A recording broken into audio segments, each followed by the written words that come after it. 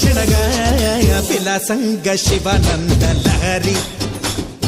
మహాగంగ ప్రవాహంగ మారి విశాలాక్షి సమేతంగా చేరి